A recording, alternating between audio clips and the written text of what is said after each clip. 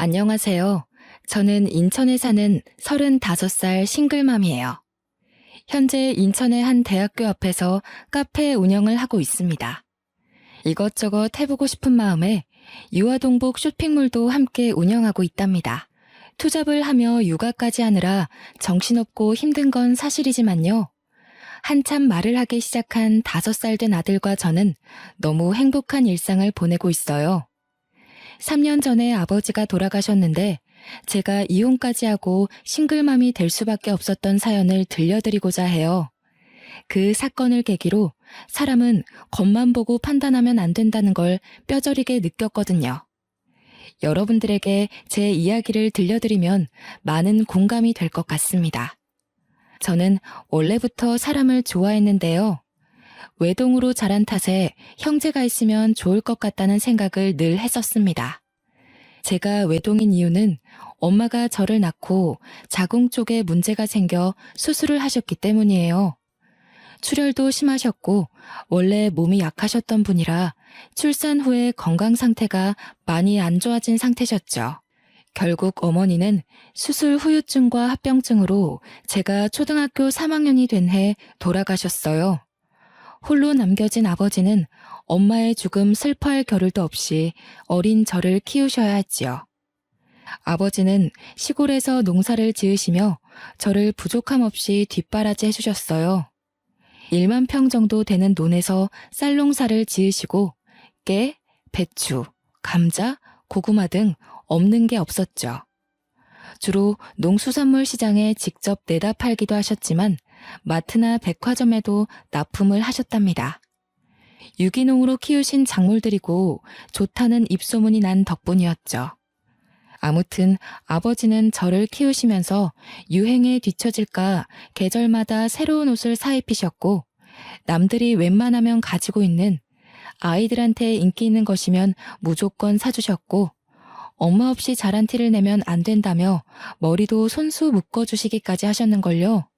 그렇게 유년 시절을 보내고 대학을 졸업하고 막 사회에 발을 들이기 시작할 무렵이 되었죠. 당시 25살이었던 저는 유아교육과를 졸업하여 어린이집 교사로 근무를 시작하게 됐습니다. 예쁘고 귀여운 아이들과 생활을 하다 보니 매일매일이 활기찼어요. 한 명도 아니고 아이들을 보육하는 건 상당한 에너지를 필요로 하지만 저에게 와서 안기는 아이들을 보면 없던 힘도 솟아나곤 했죠. 어린 나이에 남의 애를 돌보는 게 쉽지 않은데 잘 챙겨주신다며 학부모들 사이에서도 제 평판은 좋았습니다. 어린이집 교사로 근무한 지 2년쯤 되었나? 어느 날 같이 근무하던 동료 교사가 소개팅을 주선해주겠다고 하는 겁니다. 모임에 갔다가 휴대폰을 하는데 우연히 제 사진을 본 지인이 소개시켜달라며 졸랐다는 거예요. 저는 아직은 연애할 생각이 없어 한사코 거절했죠. 선생님은 지인이 사람 됨됨이가 좋고 무엇보다 인물이 훤칠하다며 칭찬을 아끼지 않았죠. 아이 참, 한 선생, 진짜 좋은 사람이라니까. 내가 보장해. 어차피 이제 좋은 사람 만나서 슬슬 결혼 생각도 해야 하지 않아? 내 체면 봐서라도 제발 한 번만 만나주라. 내가 자신 있게 오케이 했는데 안 나가면 내 체면이 말이 아니잖아. 응? 아, 선생님, 제가 그렇게 말씀드렸는데도 먼저 소개해 주신다고 말을 해버리면 어떡해요. 진짜 선생님 부탁이니까 나가는 거예요? 잘 안 돼도 제 탓 아니에요. 그래. 내가 한 선생님 의사도 안 물어보고 마음대로 소개시켜 주겠다고 한 건 미안해. 그래도 아까운 사람이니까 소개시켜 준다는 거지. 나 믿고 한번 잘해봐. 자신의 얼굴을 봐서라도 만나달라고 사정을 하는 통에 결국 소개팅 자리에 나가버렸죠. 그 남자는 저보다 2살이 많았고 금융업계에서 일하는 펀드 매니저였어요. 주선자의 말대로 훤칠한 키와 준수한 외모, 번듯한 옷차림새, 누구나 좋아할 법한 있어 보이는 훈남형 스타일이었습니다. 솔직히 잘생긴 외모에 첫눈에 반했던 저는 연락처를 주고받고 적극적으로 대시했어요. 나중에 들어보니 남편은 솔직한 심정으로 제가 마음에 들지 않았었다고 해요. 아니 글쎄, 먼저 소개를 시켜달라고 졸랐던 적도 없다는 겁니다. 같이 근무하던 선생님이 워낙 말이 많으시고 활발하셨거든요. 그래서 중간에서 의사소통이 좀 덜 됐나 보다 하고 대수롭지 않게 넘겼어요. 처음에 남편은 적극적인 제가 부담스럽다며 만남을 거부하기도 했고요. 그래도 저 나름 인기 있는 여자였거든요. 학부모들 사이에서 평판도 좋고 좋은 선자리도 많이 들어왔었는데 무슨 생각에서인지 아이들과 함께하고 싶다는 생각에 다 거절했었거든요. 솔직히 자랑하자면 저 어디 내놔도 기죽은 외모는 아닙니다. 어디 가서 못생겼다는 말을 들어본 적 없는데 남편은 저를 그렇게 많이는 좋아해주지 않았어요. 아무튼 저의 적극적이고 끊임없는 애정 공세로 남편은 알겠으니 그만하라며 저를 만류할 정도였어요. 결국 저의 끈기에 두 손 두 발을 든 남편과 몇 번의 데이트를 즐긴 뒤 그렇게 저희는 연인 사이로 발전하게 됐죠. 바로 이 사람이 이혼한 전 남편이고요. 연애한 지 1년 반쯤이 지났을까? 남들과 싸우기도 하고 여행도 하며 알콩달콩 보통의 연애를 했죠. 둘 다 결혼 정년기이기도 했고 마음도 잘 맞는 것 같아서 결혼을 약속했습니다. 긴장된 마음으로 예비 시댁으로 인사를 가게 되었습니다. 예비 시어머니가 저를 반갑게 맞아주셨죠. 아이고, 우리 아들 왔어? 아가씨 잘 왔어요. 오는데 불편함은 없었죠? 수혁이가 무뚝뚝한 구석이 있어서 데리고 살아줄 여자가 있을까 했는데 아가씨가 짠 하고 나타났네요. 안녕하세요. 처음 뵙겠습니다. 수혁 씨랑 만나고 있는 한지영이라고 합니다. 저를 살뜰히 맞아준 시어머니를 보고 참 좋으신 분이구나 하고 생각했습니다. 하지만 그건 저의 큰 오산이었어요. 저녁 식사를 마치고 차를 한잔하는데 회사에서 걸려온 업무 연락으로 예비 남편이 잠시 자리를 비우게 되었죠. 그러더니 시어머니의 표정이 갑자기 돌변하는 게 아니겠어요? 그래, 직업이 어린이집 교사라고? 월급은 얼마나 받니? 결혼하면 일을 그만두고 내조에 전념해야 하는 건 알지? 그게 아내 된 도리지. 남편을 하늘같이 모시고 살아야 된다고. 내 귀한 아들 데려가니 그 정도는 해야 하지 않겠어? 네? 죄송하지만 어머님, 일을 그만둘 생각이 없는데요. 저는 제가 하고 있는 이 일이 좋고요. 만족하며 다니고 있는 직장이에요. 결국 그 말은 내 말을 거역하겠다는 거니? 이 버르장머리 없는 년. CM이 될 사람이 이렇게 해라 하면 고분고분하게 네 해야지. 어디서 못 배워먹은 티를 내는 거니? 너희 집에서 그렇게 가르치던? 어머님, 지금 저 처음 뵙는데 방금 그 말씀은 조금 심하신 것 같아요. 사과해 주셨으면 합니다. 저희들 문제니 제가 알아서 할게요. 그래, 이제야 본색을 드러내는구나, 이 나쁜 년. 너 두고 보자. 혹시라도 수혁이한테 나랑 대화한 거 말하면 너 죽고 나 죽고야. 알겠어? 처음 마주쳤을 때 인자하시고 다정한 모습의 시어머니는 온데간데 없고 며느리를 잡아먹지 못해 안달난 그저 아들을 뺏긴 엄마의 모습만 남아있었죠. 처음 보는 사람한테, 그것도 며느리 될 사람한테 저렇게 대놓고 막말을 하다니. 태어나서 처음 겪는 상황에 어떻게 해야 할지 답이 안 나왔습니다.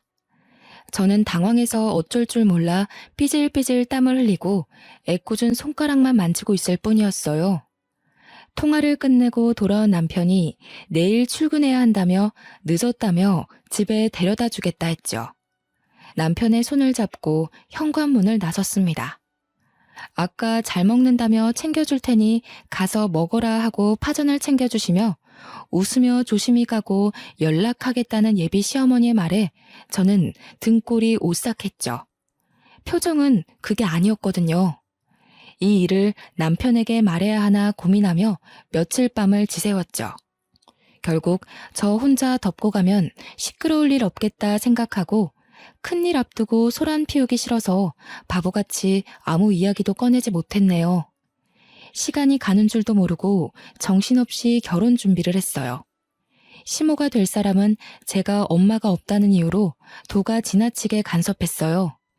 그때는 남편을 사랑했기에 미련하게 당연한 일이라 생각하고 내내 하며 고분고분 잘 따랐죠. 원래 그렇게 해야 되는 것인 줄 알았거든요. 사돈댁에 밑보일 일 없다며 아버지는 있는 돈 없는 돈 긁어모아서 제 결혼에 보태주셨고요.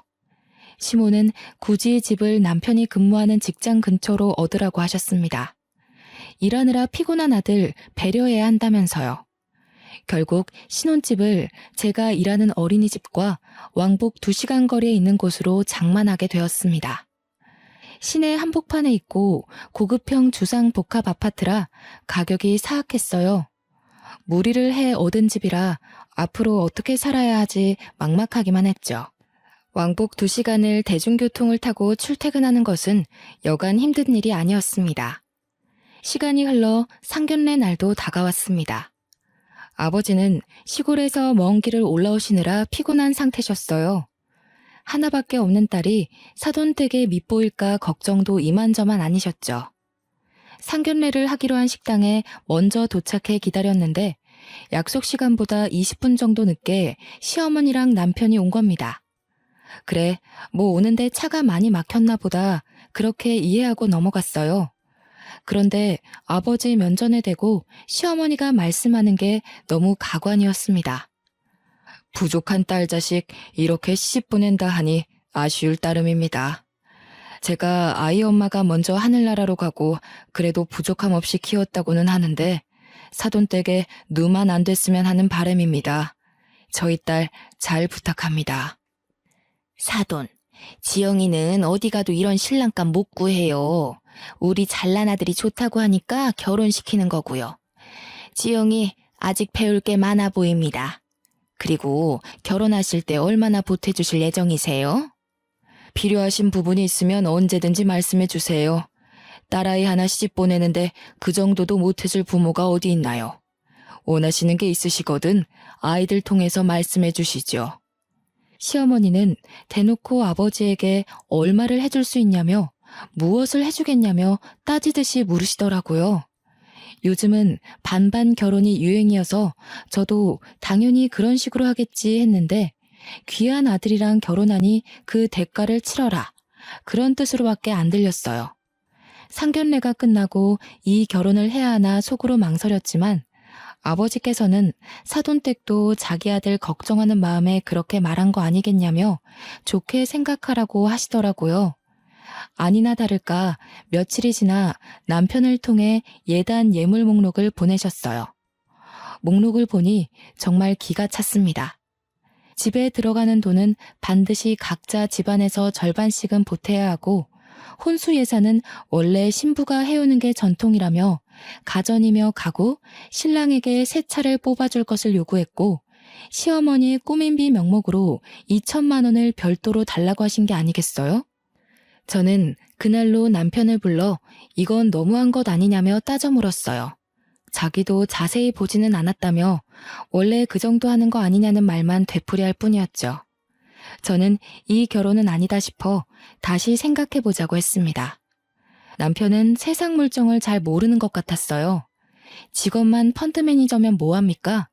막상 자기 결혼 문제로 이렇게 트러블이 생기는데 중간 역할도 못하고 도저히 안 되겠다고 판단되어 양가 집에 결혼은 없던 걸로 하자고 말하려던 찰나에 남편이 울며 불며 매달리고 난리가 났습니다. 한번 생각해달라며 결혼하면 자신이 알아서 단돌이하고 중간 역할도 잘하겠다며 무릎까지 꿇고 싹싹 비는 거 아니겠어요? 저는 남편을 사랑하는 마음이 남아있었기에 그 꼬임에 넘어가 용서하고 말았죠. 남편이 말한 내용을 각서로 받아 고이 간직하고 약속을 어길 시 이혼을 하겠다고 엄포를 놓았어요. 지금 생각해보면 그때라도 멈췄어야 했습니다. 어쨌든 시간이 지나 저희는 결혼식을 무사히 올렸어요. 하와이로 신혼여행도 다녀왔고요. 친정에 먼저 들러 아버지와 오순도순 이야기도 하고 아버지랑 친한 동네 어르신들께 식사도 한 끼 대접해 드렸습니다. 피곤함에 하룻잠을 자고 다음날 시댁에 갔는데 시어머니가 처음처럼 살뜰하게 반겨주는 게 아니겠어요? 이제 며느리가 됐으니 잘해주시려나 보다 하고 생각했죠. 남편은 피곤하다며 저녁을 먹고 먼저 샤워를 하겠다고 욕실에 들어갔는데 아니나 다를까 시어머니가 저에게 이리 와보라며 안방에 들어가서 이야기 좀 하자네요. 예, 너는 도대체 어디서 배워먹지도 못한 티를 내는 거니? 신혼여행을 다녀왔으면 당연히 시댁에 먼저 와서 인사를 하는 게 도리 아니니? 그리고 선물이 고작 이 가방 하나야? 너는 도대체 날 뭘로 보고 이딴 취급을 하니? 시어머니 가방요? 제일 유명한 명품 브랜드에서 거금을 주고 산 한정판이에요. 축의금 신혼여행에 보태 쓰라며 주신 용돈을 탈탈 털어 제일 먼저 산 게 그 가방입니다. 1,000만 원이 넘는 거금을 들여 장만해 드렸는데 좋아하시긴커녕 면박을 주시더라고요. 죄송해요. 지금 아버지도 혼자 계시고 적절하실 테니 수혁 씨가 먼저 찾아뵙자고 했어요. 어머님께는 잘 말씀드렸다길래 그런 줄 알았어요. 그리고 어머님, 저희가 그래도 고심하면서 고른 가방이에요. 한정판이라서 어렵게 구했어요. 어머님이랑 잘 어울리실 것 같아서요. 이깟 가방이 뭐라고. 암만 수혁이가 미리 말했어도 그렇지. 다 거절하고 시댁에 먼저 와서 한복 입고 절하고 그래야 하는 거야. 이래서 가정교육이 참 중요한 건데 어디 가서 엄마 없는 티 내고 다니지 말렴. 그나저나 너 일은 그만뒀니? 아직 다니고 있어요. 당장 그만두기는 뭐해서 올해까지만 다니기로 했어요. 인수인계 문제도 있고요. 뭐? 내가 결혼 전에 그렇게 말했잖니? 벌써부터 우리 수혁이 굶기려고 작정했니? 넌 이 시애미 말이 말 같지도 않아. 벌써부터 내 말을 무시해? 어머님, 그게 아니라요. 솔직히 저도 일을 조금 더 하고 싶은 욕심도 있기도 하고요. 아직 어린이집에서 사람을 못 구했어요. 이해해 주시면 안 될까요? 결국엔 이 시애미 말을 무시하고 네 고집대로 하겠다는 거구나. 이 건방진년 아주 못해 처먹었구나. 죽은 네 애미가 이렇게 가르치던? 아니면 혼자 사는 네 애비가 시애미 말 무시하며 살라고 가르치던? 저는 돌아가신 엄마로 모자라서 아버지까지 욕보이며 막말을 하시는 시어머니를 보며 울컥했지만 결혼한 지 일주일도 안 되었는데 집안에 큰 소리가 나면 안 된다 생각해서 그저 고개를 푹 숙이고 화를 삭힐 뿐이었죠. 왜 이때 대들지 못했나 후회만 가득하네요. 남편이 씻고 나오자 이상한 분위기를 감지했는지 시어머니에게 왜 그러냐고 묻더라고요. 시어머니는 저를 걱정하는 표정으로 바꾸더니 신혼여행 다녀와서 애가 피곤한 것 같다고 데리고 들어가서 쉬라고 이야기하시는 겁니다. 그런 시어머니의 이중적인 모습에 겁도 났고 소름이 돋았죠. 그렇게 신혼을 즐길 새도 없이 우리에겐 아이가 찾아왔어요. 임신 후 컨디션이 많이 좋지 않은 탓에 결국 일하기로 한 기간을 다 채우지 못하고 퇴사를 하게 됐죠. 일을 그만두고 집에서 살림하면서 퇴근하는 남편을 열심히 내조했어요. 하지만 저도 임신을 해서 그런가 감정 기복도 심하고 허리와 다리가 너무 아팠거든요. 남편은 일이 바쁘다는 핑계로 아침에 일찍 나가 밤늦게 들어오기 일쑤였어요. 저는 자연스레 혼자 밥 먹고 혼자 무언가를 한다는 것에 익숙해지기 시작했죠. 그런데 아무리 정성스런 내조를 해도 남편은 저에게 고맙다는 말 한마디를 하지 않았어요. 이제 와서 생각해보면 왜 그런 대우를 받고도 바보같이 버티고만 있었나 싶네요. 그 와중에 시어머니는 이중적인 면모를 보이셨어요. 참 여전하셨습니다. 남편 앞에서는 임신한 며느리를 살뜰하게 챙겨주는 착한 시어머니 코스프레를 하더라고요. 아들 앞에서 휙휙 돌변하는 시모의 모습에 기가 차서 할 말을 잃었습니다. 자리에 남편이 없는 걸 확인하고는 잔소리와 설교는 물론 폭언까지 서슴지 않고 내뱉으셨죠. 예, 임신했어도 허리를 곱게 펴고 있어야 아이도 곱게 자란단다. 그리고 너 아무리 임신했다고 남편 밥 굶기면 안 된다. 애 가진 게 뭐 대수니? 나 때는 애 낳고 하룻밤 자고 나가서 바로 일도 하고 그랬어. 여자는 응당 그렇게 해야 되는 거야. 어디서 못 배운 티 내지 말고 이 시애미가 가르쳐줄 때 잘 새겨들어. 이후에도 계속되는 시어머니의 두 얼굴에 결국 참지 못하고 남편한테 이야기했습니다. 근데 남편의 반응이 가관인 거예요. 임신해서 너무 예민한 거 아니냐며 진정 좀 하라면서요. 당신 지금 임신했다고 너무 예민하게 구는 거 아니야? 난 우리 엄마가 당신한테 엄청 잘해주는 모습만 봐서 좀 안 믿긴 해. 그리고 이중적인 모습이라니 단어가 좀 그렇다. 그래도 시어머니인데 당신이 좀 이해하고 받아줄 수는 없어? 좋은 게 좋은 거라고 하잖아. 설마 엄마가 안 좋은 뜻으로 그런 말 할 사람도 아니고. 당신이 좀 예민한 것 같아. 당신은 내가 힘들다고 말하면 한 번쯤은 얼마나 힘들었냐고, 많이 힘들었냐고 위로해 줄 수는 없어? 진짜 너무하다. 다른 사람도 아니고 당신 와이프가 이렇게 힘들다는데 내 말에 공감 하나 안 해주잖아. 역시 남의 편이라더니 그 말이 딱 맞네. 조금만 참으라는 말이 그렇게 어렵냐? 엄마가 악의적으로 너한테 뭔가를 했다면 벌써 소란이 나도 났겠지. 어른이 노파심에 그러는데 너가 좀 이해해라. 가만 보니 임신해서 그런가 왜 이렇게 사람이 신경질적이야? 뭐? 말 다 했어? 나 임신하고 하루라도 다리 뻗고 깊게 잠든 적 없어. 당신이야말로 나한테 관심 좀 가져. 그래도 제 딴에는 어머니 말씀처럼 남편 내조 잘해주려고 매 끼니 밥도 해먹이고 최대한 피로감을 풀어주려고 퇴근 후에 뭐 사달라고 따로 부탁하는 것도 없었거든요. 근데 저더러 참으라고만 하니 너무 기가 찼습니다. 막달이 다가올수록 둥그렇게 불러온 배를 부여잡고 일하는 게 쉽지 않았어요. 제가 낑낑대는 모습을 보이니 남편은 몸 생각부터 하라고 이제 식사 준비 안 해줘도 괜찮다고 하더라고요. 몸이 무겁고 움직이기도 벅찬 탓에 밥을 차려주지 못했지만 남편도 알아서 잘해 먹으니 걱정은 없었습니다. 며칠 뒤 어김없이 시어머니가 전화를 했습니다. 너 어제도 수혁이 밥 안 차려줬다며? 걔가 착해서 그렇지. 너 왜 우리 아들 굶기니? 안 그러기로 나랑 약속까지 했잖아. 내가 애초에 너 같은 애를 집안에 들이는 게 아니었어. 서로 좋다고 하니까 마지못해 결혼시켰지. 에휴, 며느리 복이 이렇게 없어서야.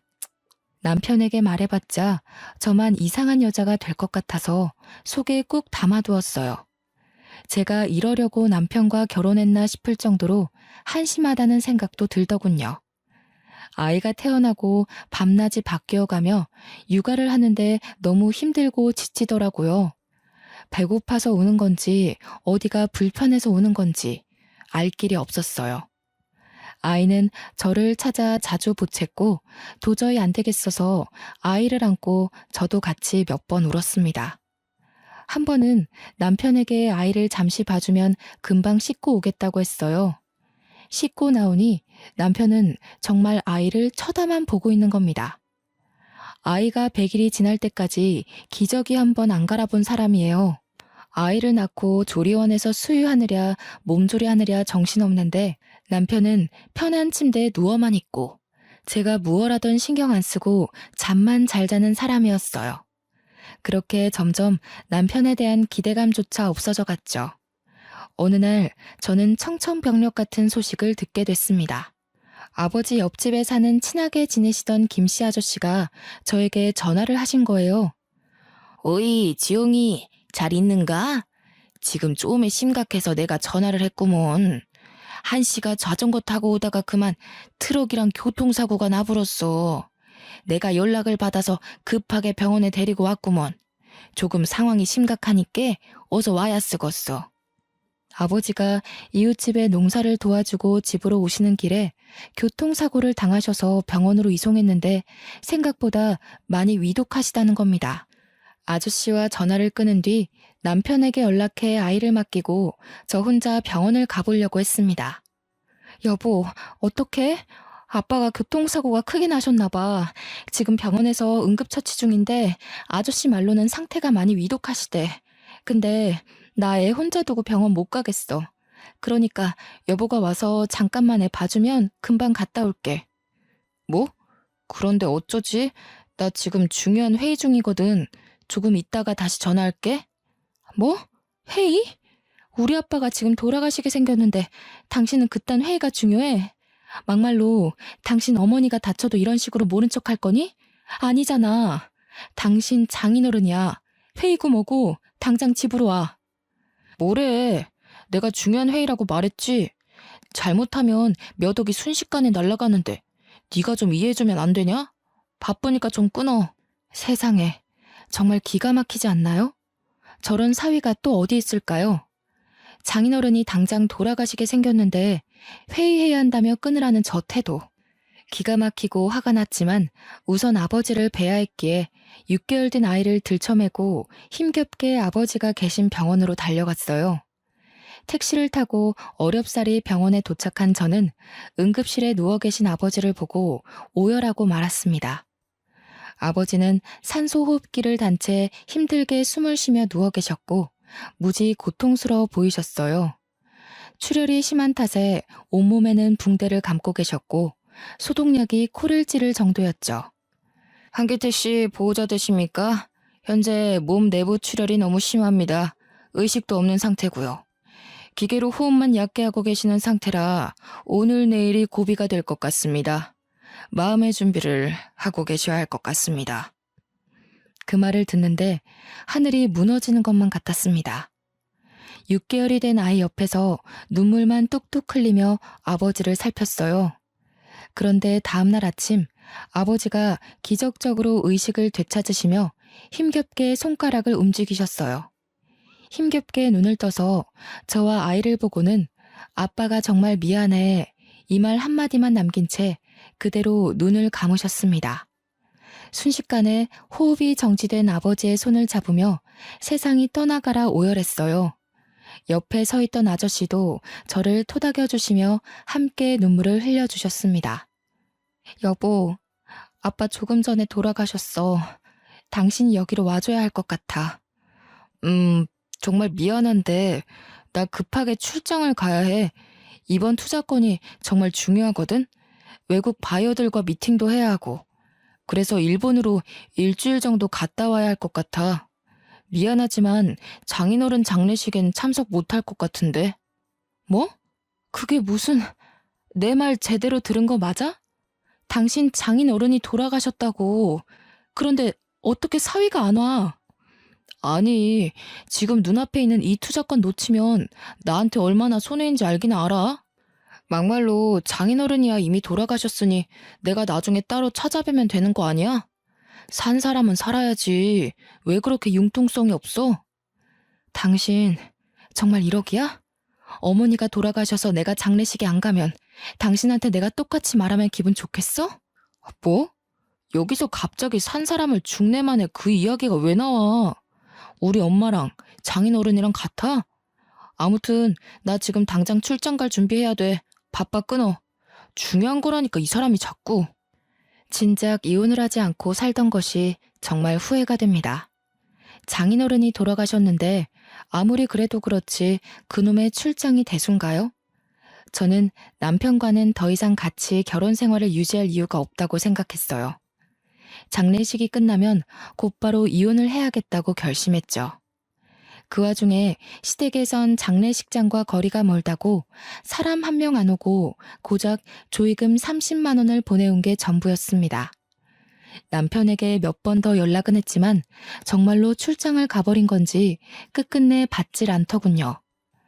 아버지를 황망히 보내드리고 우는 아이 달래느라 정신없이 장례식장에 앉아있는데 한기택 씨 따님 되냐며 어떤 사람이 찾아오는 게 아니겠어요? 안녕하세요. 저는 재산 상속 전문 변호사 김윤호라고 합니다. 한기택 씨가 생전에 작성해 놓은 유언장 전해드리려 합니다. 유언장에는 한기택 씨가 살아 생전 농사짓던 땅과 집, 나머지 재산을 모두 한지영 씨에게 상속한다는 내용입니다. 확인해 보세요. 사실 집터와 농사짓던 땅이 가치가 있는 땅처럼은 보이지 않아서 애초에 상속 생각 안 하고 있었거든요. 별 기대를 안 했는데 그곳이 재개발 구역으로 선정되면서 땅값이 폭등했다는 거예요. 대충 계산해보니 15억 정도 되는 거금이었고요. 저는 장례식을 치른 후 은행, 서류 등 정리를 하고 집으로 올라왔죠. 차근차근 이혼 준비를 시작했습니다. 아버지가 살던 집과 땅은 모두 처분했어요. 상속세를 제외하고 정확하게 11억 7천만 원 정도 금액이더라고요. 남편은 제가 상속받는 사실을 모르는지 발인이 끝나고도 얼굴을 비추지 않았습니다. 그리고 남편이 돌아오기 전에 제 짐은 전부 싸서 새로운 보금자리에 모두 보내놓았죠. 그렇게 짐 정리가 얼추 끝났을 때 뻔뻔한 남편이 캐리어를 끌고 나타났습니다. 얼굴을 마주하고도 한마디 말을 걸지 않았더니 실실 웃으면서 자기가 미안했다며 이제부터 잘할게 한마디 말하고는 쏙 지방으로 들어가더라고요. 심지어 우리 아빠 장례식이 어땠는지, 발인은 어디에 했는지 묻지도 않았습니다. 남편 모르게 이혼 전문 변호사를 선임해 이혼 소송을 위한 준비를 마쳐가고 있었습니다.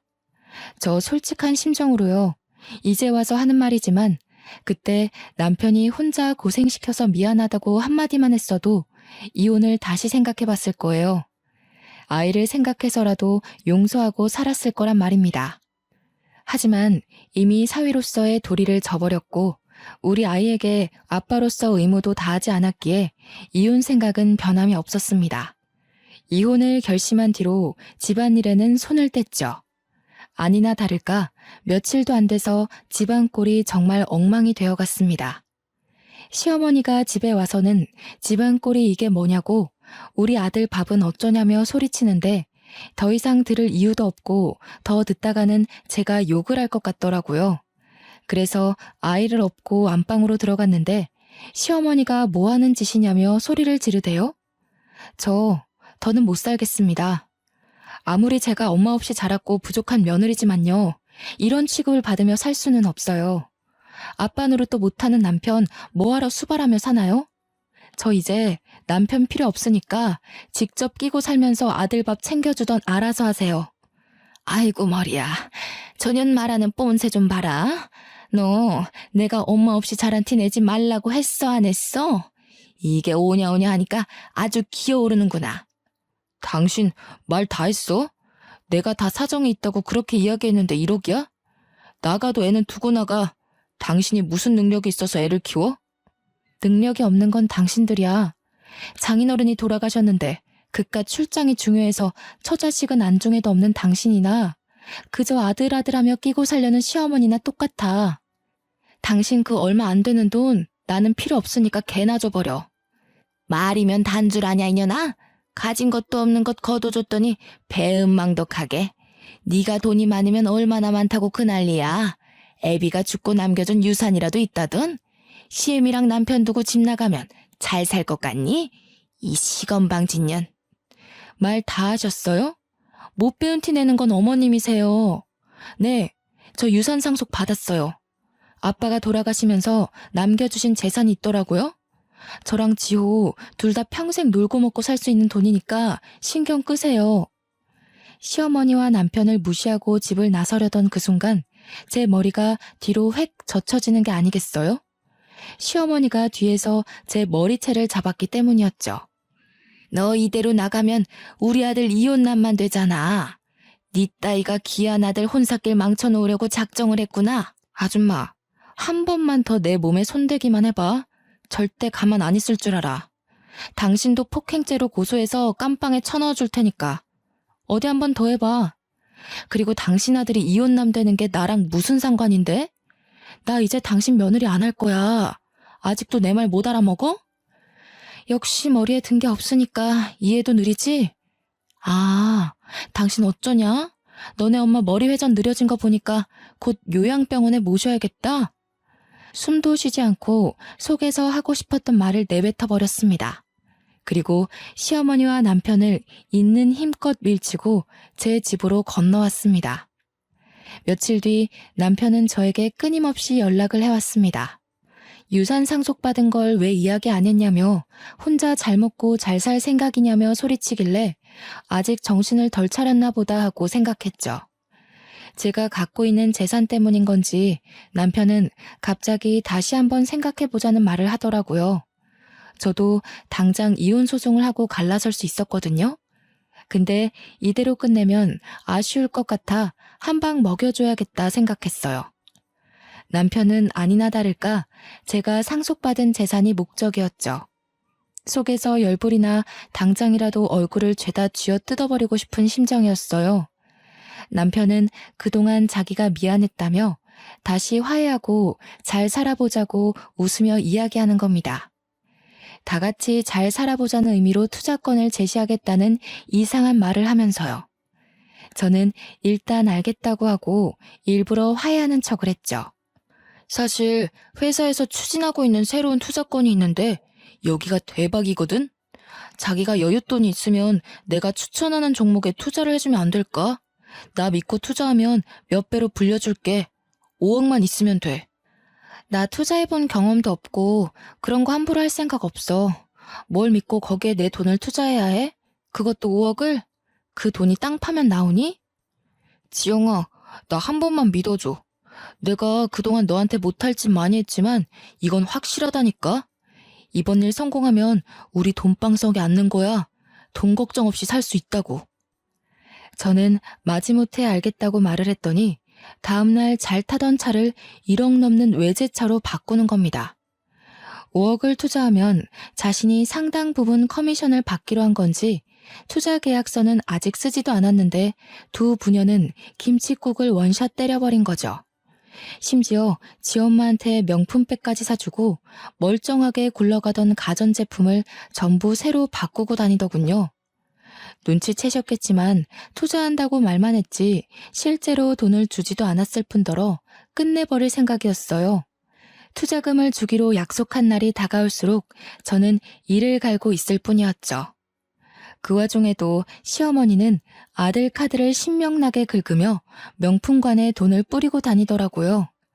그렇게 보름 정도의 시간이 흐른 뒤 저는 돈 봉투 대신 이혼 서류가 담긴 봉투를 던졌어요.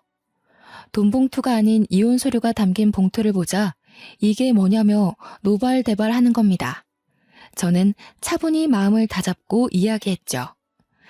그동안 곰곰이 생각해봤는데 당신과 나는 여기까지야.